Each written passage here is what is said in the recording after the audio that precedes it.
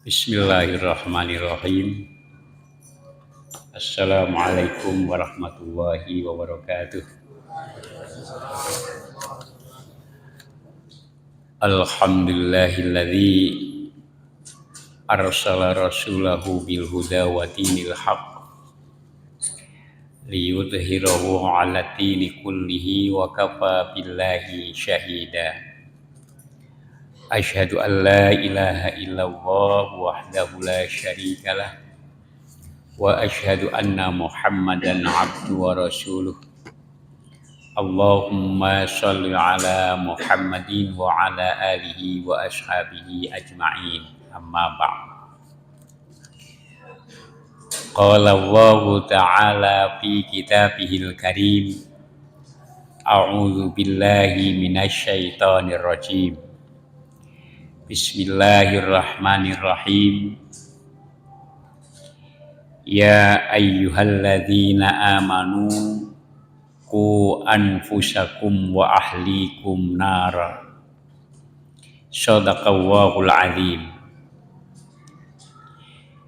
Kaum muslimin jamaah salat Isya yang dimuliakan oleh Allah Subhanahu wa taala. Tidak henti-hentinya kita panjatkan puji dan syukur kehadirat Allah Subhanahu wa taala yang telah melimpahkan kenikmatan kepada kita semuanya. Alhamdulillah, dengan izin Allah kita bisa melaksanakan puasa di bulan Ramadan, melaksanakan sholat jamaah yang insya Allah akan kita lanjutkan dengan sholat tarawih. Kaum muslimin yang dimuliakan oleh Allah Subhanahu wa ta'ala, di dalam Al-Quran Allah telah berfirman, A'udzu billahi minasy syaithanir rajim. Bismillahirrahmanirrahim. Ya ayyuhalladzina amanu qu anfusakum wa ahlikum nara. Wahai orang yang beriman, jagalah dirimu dan keluargamu dari siksa api neraka. Ayat ini cukup jelas dan gamblang bahwa Allah telah memanggil kepada orang-orang yang beriman, orang-orang yang meyakini, orang-orang yang tidak meragukan tentang Allah Subhanahu wa ta'ala, supaya menjaga dirinya dan keluarganya dari malapetaka yang sangat membahayakan, yaitu azabnya Allah Subhanahu wa ta'ala, yaitu neraka. Rasulullah Shallallahu Alaihi Wasallam telah menyampaikan kepada keluarganya dalam suatu sabdanya, tatkala Rasulullah Shallallahu Alaihi Wasallam mengumpulkan keluarga kaum Quraisy, beliau menyampaikan, wahai Bani Ka'ab bin Luwai, hindarkanlah dari kalian dari api neraka. Wahai Bani Abdul Manaf, hindarilah siksa api neraka. Wahai Bani Hashim, wahai Bani Abdul Muthalib, wahai Bani Fatimah, hindarilah kalian dari api neraka. Itu artinya apa? Ternyata kepedulian dan memperhatikan terhadap keluarga itu sangat dianjurkan oleh Rasulullah Shallallahu Alaihi Wasallam. bahkan ditegaskan oleh Allah Subhanahu wa ta'ala. Di dalam istilah keluarga itu ada tiga. Satu, keluarga yang namanya sedarah, sekandung. Yang kedua adalah keluarga seperkawinan. Kalau sudah ada pernikahan, maka ada kedua orang tua dan kerabat saudara-saudaranya. Dan yang ketiga adalah keluarga seiman. Sesama muslim, sesama orang yang beriman itu adalah keluarga. Maka dalam hal ini orang beriman punya kewajiban untuk saling menyelamatkan antara satu dengan yang lain. Maka diperintahkan untuk saling menasihati, jangan sampai terjerumus terhadap sesuatu malapetaka yang besar, yaitu siksa api nerakanya Allah Subhanahu wa ta'ala. Oleh karena itu,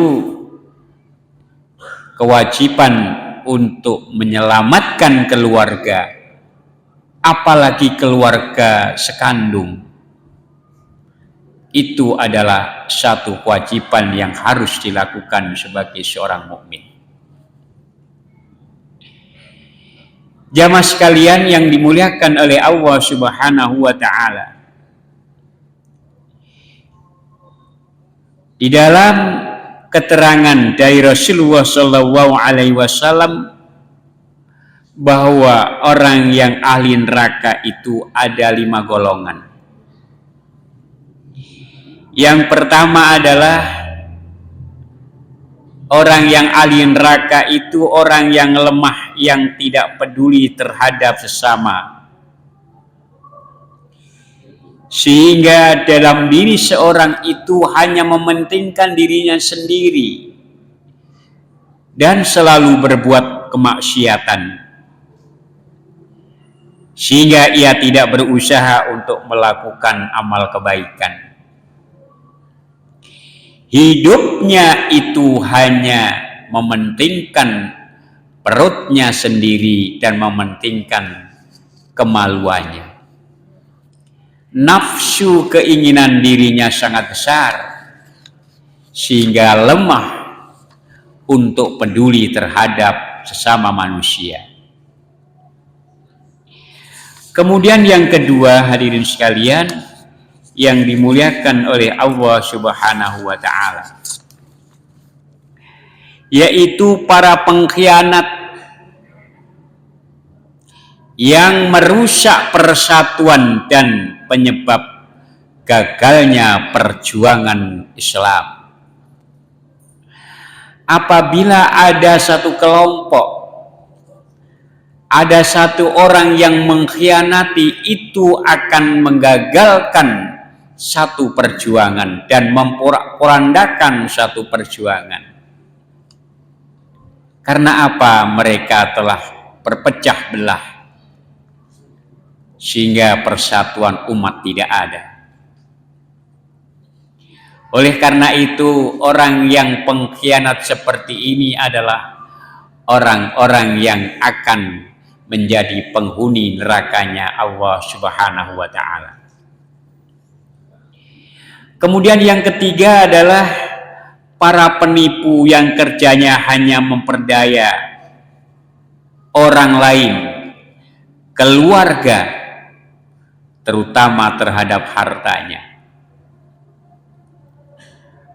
Hanya menipu, hanya membohongin orang saja, yang notabene adalah hanya ingin mendapatkan sesuatu dari orang lain. Yang seperti ini adalah orang-orang yang menempati nerakanya Allah Subhanahu wa ta'ala. Yang keempat adalah orang yang pembohong dan orang yang bakhil. Suka berbohong, kata-katanya tidak pernah bisa dipegang, dan orang itu juga mempunyai sifat bakhil. Di dalam keterangan Ibnu Mas'ud bahwa setan itu akan selalu mengalahkan dengan 3 hal. Setan itu akan mampu mengalahkan dengan 3 hal terhadap hamba Allah Subhanahu wa ta'ala. Di antaranya adalah membujuk, mengambil hak orang lain. Dalam dirinya selalu dibujuk, didorong untuk bagaimana bisa mengambil hak orang lain, sehingga orang lain itu akan merasakan kerugian dengan haknya diambil tersebut. Kemudian yang kedua adalah menafkahkan harta bukan dengan jalan yang benar. Memberikan hartanya tapi bukan untuk jalan yang benar. Kelihatannya baik, ternyata itu dalam rangka untuk mengelabui orang lain. Dan yang ketiga adalah menguasai harta dan tidak mau menafkahkan untuk jalan yang benar, jalan yang lurus. Banyak harta, tapi sayang untuk perjuangan di dalam menegakkan kalimat Allah Subhanahu wa ta'ala. Itulah pekerjaan setan yang terus-menerus membisikkan kepada manusia. Kemudian yang kelima adalah setan terus akan mendorong orang untuk mempunyai akhlak yang tercela, akhlak yang tidak baik, sehingga manusia terus-menerus cenderung untuk berbuat yang dilarang oleh Allah Subhanahu wa ta'ala. Kaum muslimin, jamaah sekalian yang dimuliakan oleh Allah Subhanahu wa ta'ala. Oleh karena itu, hindarkanlah penyakit-penyakit seperti ini. Jadilah orang yang kuat dalam keimanan kepada Allah Subhanahu wa ta'ala. Jangan menjadi orang yang lemah. Dan yang kedua, jadilah orang yang selalu berpegang teguh kepada amanah, bukan menjadi seorang pengkhianat. Dan yang ketiga, hendaknya selalu berlaku baik kepada orang lain. Mudah-mudahan kultum yang singkat ini memberikan dorongan kepada kita untuk selalu menjaga jangan sampai kita tergelincir dari azabnya Allah Subhanahu wa ta'ala, yaitu api neraka di yaumil akhirah. Assalamualaikum warahmatullahi wabarakatuh.